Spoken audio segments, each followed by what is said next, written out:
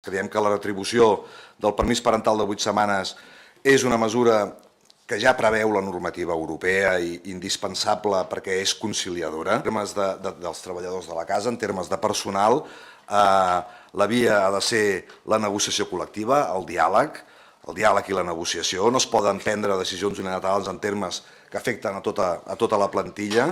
Els hi ha passat amb els trienis, els hi ha passat amb els permisos d'antiguitat. Per tant, no actuïn d'aquesta forma impositiva i facin el favor de negociar i de comentar els termes que afecten a tots els treballadors.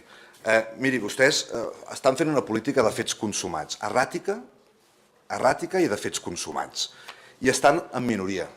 I vostès estan en minoria, han de venir consensuats de casa. No poden fer-ho ni dur-ho a terme d'aquesta manera.